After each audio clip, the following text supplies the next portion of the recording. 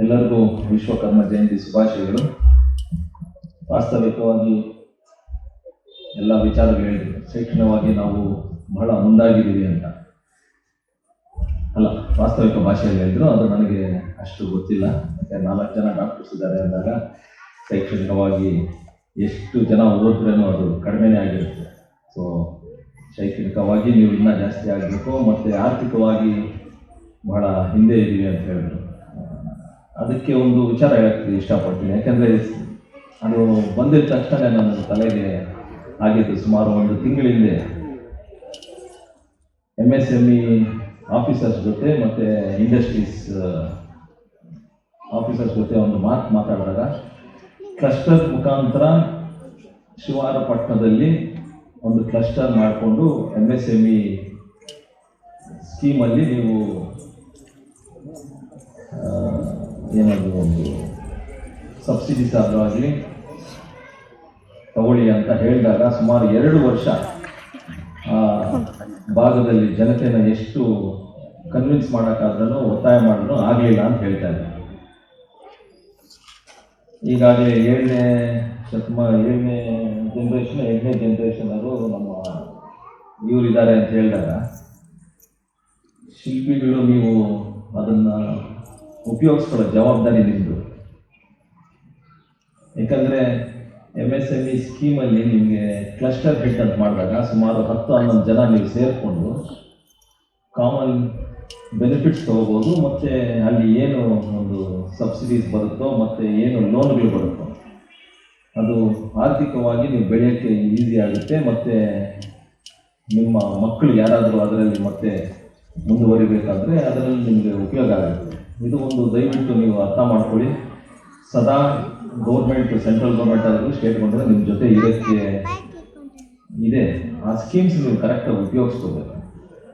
ಮತ್ತು ಪೊಲಿಟಿಕಲ್ ಆಗಿ ನಾವು ಯಾರೂ ಇಲ್ಲ, MLA ಇಲ್ಲ, MLC ಇಲ್ಲ ಅಂದರೆ ನೀವು ಸುಮಾರು ಈ ಜಿಲ್ಲೆಯಲ್ಲಿ 35-40 ಸಾವಿರ ಜನ ಇದ್ದಾರೆ ಅಂತ ಹೇಳಿದ್ರು. ನನಗೆ 40 ಸಾವಿರ ಜನ ಒಂದು ಒಗ್ಗಟ್ಟಾಗಿ ನಾವು ಯಾರಿಗೋ ಒಬ್ಬರು ವೋಟ್ ಹಾಕ್ತೀವಿ ಅಂದರೆ ಎಲ್ಲರೂ ಭಯ ಬೀಳ್ತಾರೆ. ಎಲ್ಲ ಎಲೆಕ್ಷನ್ ಯಾರ್ಯಾರು ನಿಂತಿದ್ರು ಎಲ್ಲರೂ ಭಯ ಬೀಳ್ತಾರೆ. 40 ಸಾವಿರ ವೋಟ್ ಅಂದರೆ ಅಷ್ಟು ಕಡಿಮೆ ಅಲ್ಲ. ಒಂದೊಂದು ಕ್ಷೇತ್ರದಲ್ಲಿ ಸುಮಾರು 5-6 ಸಾವಿರ ಜನ ಇದ್ದರೆ ಗೆಲ್ಲೋದು ಒಂದೊಂದು ಸತಿ 100-200 ವೋಟ್ಗಳಲ್ಲೇ ಗೆಲ್ತಾರೆ. ಅಂತಹ ಒಂದು ಪರಿಸ್ಥಿತಿ ಇದ್ದಾಗ ನೀವು ಒಗ್ಗಟ್ಟಾಗಿ ನಿಂತುಕೊಂಡ್ರೆ ನಿಮಗೆ ಪೊಲಿಟಿಕಲಿ ಆಗಿ ನಿಮಗೆ ಒಂದು ಸ್ಥಾನಮಾನ ಸಿಗೋದು ಗ್ಯಾರಂಟಿ ಅಂತ ಹೇಳಕ್ಕೆ ಇಷ್ಟಪಡ್ತೀನಿ. PM ವಿಶ್ವಕರ್ಮ ಸ್ಕೀಮಲ್ಲಿ ಚಿಕ್ಕದಾಗಿ ಲೋನ್ಸ್ ಕೊಡ್ತಾರೆ. 50,000, 1 ಲಕ್ಷ. ಅದು ಮಾನ್ಯ ಪ್ರಧಾನಮಂತ್ರಿಗಳು ಮೋದಿ ಅವರು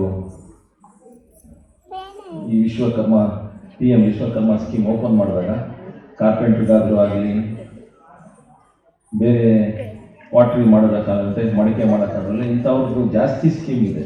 ಅದು ನೀವೆಲ್ಲ ಉಪಯೋಗಿಸ್ಕೊಂಡ್ರೆ ನಿಮ್ಗೆ ಅದು ಒಳ್ಳೆಯದಾಗುತ್ತೆ. ನನಗೆ ತಿಳಿದ ಮಟ್ಟಿಗೆ ಮೊನ್ನೆ ಯಾವುದೋ ಒಂದು ಕಾಲೇಜಲ್ಲಿ ಮಾಡಿದಾಗ ಹೂ ಕಟ್ಟೋರಿಗೆ ಸುಮಾರು ಒಂದು 150-200 ಜನಕ್ಕೆ ಲೋನ್ಸ್ ಕೊಟ್ಟರು. ಅವ್ರನ್ನ ಕೇಳಿದಾಗ ಯಾಕೆ ಅಂದರೆ, ಸರ್ ಇದು ಬಿಟ್ಟು ಬೇರೆ ಯಾರು ಮುಂದೆ ಬರ್ತಾ ಇಲ್ಲ.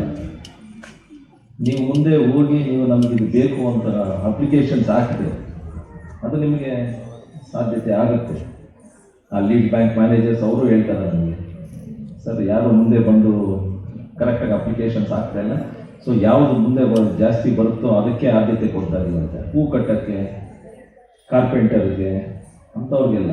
ಸೊ ಇಂಥ ಒಂದು ಪರಿಸ್ಥಿತಿ ಇದ್ದಾಗ ನೀವು ಸರ್ಕಾರ ಏನು ಸವಲತ್ತು ಕೊಡ್ತೋ ಅದು ಉಪಯೋಗಿಸ್ಕೊಳ್ಳೋ ಜವಾಬ್ದಾರಿ ನಿಮ್ದಾಗುತ್ತೆ. ಯಾರು ವೇದಿಕೆ ಮೇಲಿದ್ದಾರೋ ಈಗಿರೋ ಅವ್ರು ಇದಕ್ಕೆ ಯಾರ್ಯಾರು ಏನೇನು ನಿಮಗೆ ತಿಳುವಳಿಕೆ ಇದೆ, ನಾನೇನು ಇಲ್ಲ ಆಗಲಿಲ್ಲ, ಬಟ್ ಅದನ್ನು ಜನತೆಗೆ ತಲುಪಿಸೋ ಜವಾಬ್ದಾರಿ ನಿಮ್ದಾಗುತ್ತೆ. ಸರ್ಕಾರ ಎಷ್ಟಾಗುತ್ತೆ ಅಷ್ಟು ಸವಲತ್ತುಗಳು ಕೊಡುತ್ತೆ, ಬಟ್ ನೀವು ಹಿರಿಯರು, ನೀವು ಮುಖಂಡರು, ನೀವು ಏನಿದ್ದೀರೋ ನೀವು ಅದು ಜನತೆಗೆ ತಿಳಿಸಿದ್ರೆ ಅದು ಒಳ್ಳೆಯದಾಗುತ್ತೆ ಅಂತ ಹೇಳ್ತೀನಿ. ಮತ್ತು ಏನು ಶಿಲ್ಪಿಗಳಾದರೂ ಆಗಲಿ ಮತ್ತು ಬೇರೆ ವಿಚಾರಗಳು ಹೇಳ್ತಾ ಇದ್ರು, ರೈತ ಬೆನ್ನೆಲುಬು ಅಂತಾರೆ, ದೇಶದ ಬೆನ್ನೆಲುಬು. ಆದರೆ ಆ ರೈತನ ಬೆನ್ನೆಲುಬು ನಾವು ಅಂದಾಗ ನೀವು ಹೆಮ್ಮೆಯಿಂದ ಹೇಳ್ಕೋಬೇಕಲ್ಲ, ನಾವು ಈಗ ಮಾಡ್ತಾ ಇದ್ದೀವಿ, ನಾವು ನಿಮಗೆ ಇದ್ದೀವಿ ಅಂತ ನೀವು ಮುಂದೆ ಬಂದು ಹೇಳ್ಕೋಬೇಕು. ಅದು ಹೇಳಲಿಲ್ಲ ಅಂದರೆ ಎಲ್ಲರೂ ಮಾಡ್ಕೊಳ್ತಾರೆ. Out of mind, out of sight, out of mind ಅಂತ ಹೇಳ್ತಾರೆ.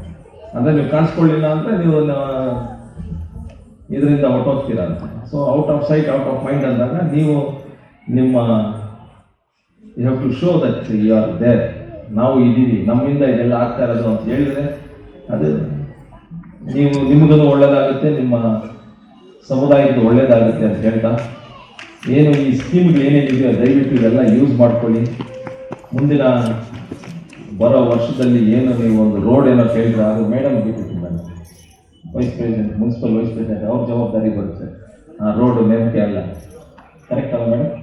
ಅಲ್ಲ, it is command municipality. So ಅವರೇ ಜವಾಬ್ದಾರಿ ತಗೊಂಡು ಅದನ್ನು ಮಾಡಬೇಕಂತ ಹೇಳ್ತೀನಿ. ಸಮುದಾಯ ಭವನ ಅಂತ ಏನು ಹೇಳ್ತಾ ಇದ್ದೀರಾ, ಸಮುದಾಯ ಭವನ ಅಂದರೆ ಅದು ಮತ್ತೆ ಡಿ ಸಿಗೆ ಹೋಗಿ ಆ ಜವಾಬ್ದಾರಿ ಎಲ್ಲ ಜಾಸ್ತಿ ಇದೆ. ಅದಕ್ಕೆ ನಾನು ಬೇಡ ಅಂತ ಇಲ್ಲ, ಬಟ್ ಬೇರೆ ಏನಕ್ಕಾದ್ರೂ ಉಪಯೋಗಿಸ್ಕೊಳ್ಳಿ ಅಂತ ಹೇಳ್ತೀನಿ ನಾನು. ಬೇರೆ you have to use your forces and all for something else which is much helpful for you ಅಂತ ಹೇಳ್ತೀನಿ.